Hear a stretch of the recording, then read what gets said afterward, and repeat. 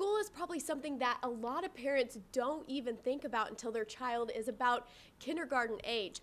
But with a new school system called Educare, you could have your child one step ahead. If the alarm ever begins to sound, the first thing you need to do is check for fire and smoke. If you can't find any, try pushing this reset button. That should take care of the problem. But if it doesn't, you need to call the fire department.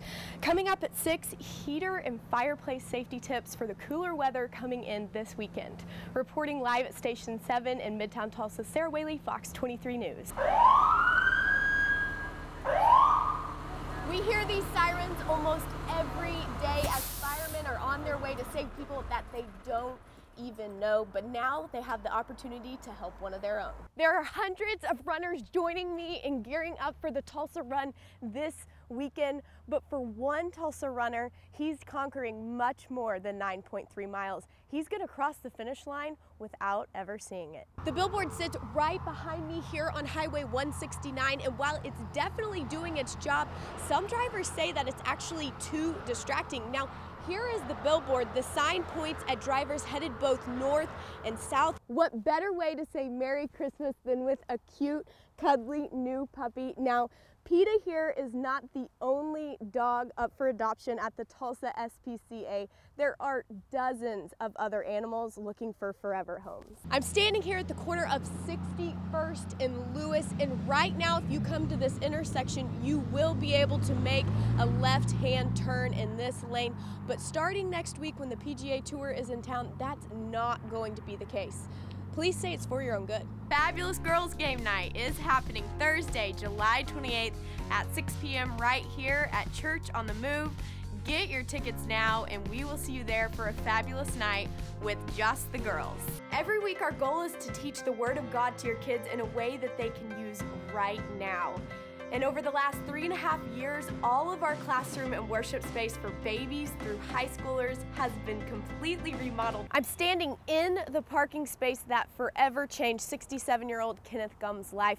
Now, he met us in this park today to tell us his side of the story. He said he never wanted to use this gun, but he had to act in self-defense. I was making it real obvious because I was pointing it right at him, and he just kept coming. Kenneth Gumm says he was looking for a parking place when something went terribly wrong. Got ready to turn in, and I looked in my rearview mirror, and I noticed someone that was right on my bumper. So I went ahead and turned in, and he went on straight. When he passed, well, he was leaning out the window yelling at me. Gumm says Dale Turney did pass the parking lot once, but came back blocking Gumm's car all before Gumm pulled out his gun, hoping to end the argument, not Turney's life. And finally, he caught up to me, and he assaulted me. He shoved me, and that's when the gun went off. Turney was hit in the chest, and although paramedics did their best to save him, he died at the scene. I can't get it off of my mind. I mean, the whole scene just keeps racing and racing. Gumm's father died when he was just 11, so he knows what it's like to lose someone and hopes Turney's family is holding up. And I just hope the prayers will stay with them. Gumm hopes this experience will remind everyone getting upset just isn't worth it. People need to slow down and not drive so fast. The DA got a copy of the report today. They say they'll decide whether or not to file charges next week. Reporting in Midtown, I'm Sara Whaley, Fox 23 News. The scene is all too familiar. Rain, rain, and more rain. You can't control the weather. Unfortunately, Tulsa Parks employees are having to deal with this reality in the months that are usually reserved for summer fun. There's so many programs that they're either going to have to reschedule or make up, then sometimes we just can't.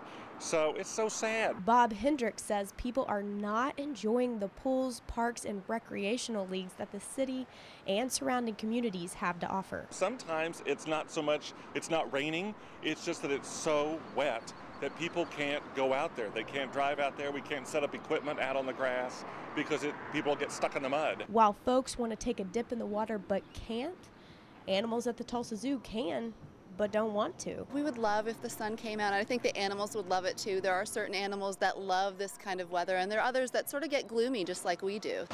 Although the rain is drying up business for some, it's revving up business for others. But if we have, say, 80 people that pull into the dealership in a day, Our foot traffic may be down by about 55 or something, but our sales are still maintaining. Car dealerships are selling just as many cars as before the rain without having to spend time with the occasional browser. Our guys know that whenever the customers are coming in now, whenever weather's like this, that they're here for a reason. A reason many people hope will dry up before the outdoor festivities of the 4th of July begin. Sara Whaley, Fox 23 News. Fox 23, Sara Whaley's live at Remington for us this morning. How are the kiddos doing out there? I bet you're seeing a lot of jackets. I am seeing a lot of jackets. It's actually really chilly out here. I've seen a lot of street traffic actually today, but I've seen some kids showing up on foot. Now, last hour we talked about some parents being a little bit apprehensive of sending their kids to school walking alone. Parents, you'll be happy to hear that actual assault and kidnapping occurrences are rare, but it is a possibility. So it's good to have a plan to minimize that risk. Now, one good way is called a walking school bus. It works just like a regular school bus, except the kids walk instead of ride. The walkers have designated routes where they pick up more kids and they eventually make it to school. It can either be a casual group walk, which would be good for for older kids who can take more care of themselves, or it can be more formal for the younger kiddos with adults scheduled to walk on certain days. Now, here with me, I have Officer Craig Murray of the Tulsa Police Department. Now, Officer Murray, you say it's actually good for parents to walk with their kids to school. Very much so. A lot of times when the child is walking, they may encounter something. They may go by a yard that's got a loose dog. They may go by, in this case, a bridge that has a viaduct underneath it. Kids might want to play around that and stuff. And so if parents are aware of that, they can at least try to sit their child down and explain the dangers of it.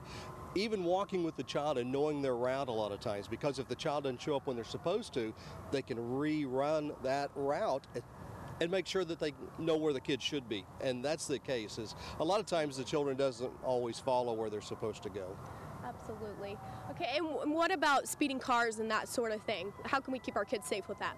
Well, of course, we always encourage staying out of the street as much as possible. Unfortunately, a lot of our residential areas don't have the sidewalks.